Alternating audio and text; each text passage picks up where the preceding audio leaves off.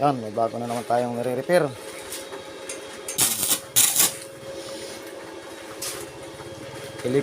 Elevated farrowing pin. Yan, pinisira ang ating kapugi na ano. Welder naman siya ngayon. Yan.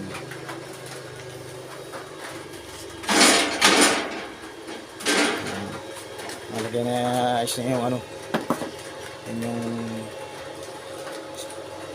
sarado sa likod ng inahin.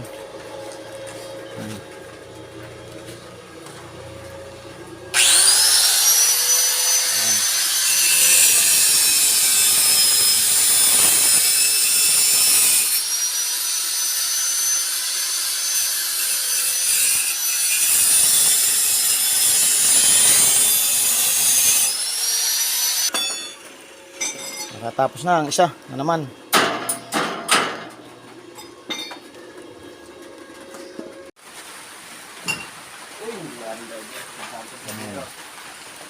Kakabit na po yung gilid.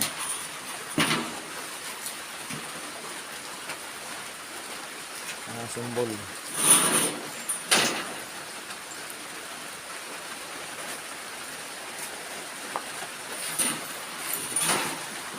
Share ko po sa inyo itong ganitong kulungan ng baboy. Ayan o. Ito po ang maganda para sa mga mahilig po mag-alaga ng inahin. Ito po ang advisable na ating gamitin para safe ang ating mga biik. Oh. Maganda po itong ganiri. Lalo na po yung puging-puging na manggagawa. Baka po may gusto kang ipagawa. Ito po. Dito lang po ito sa Barangay Lagay.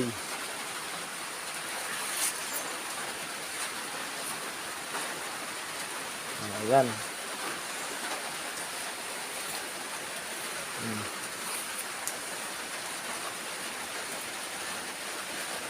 Tapos na ito mamaya.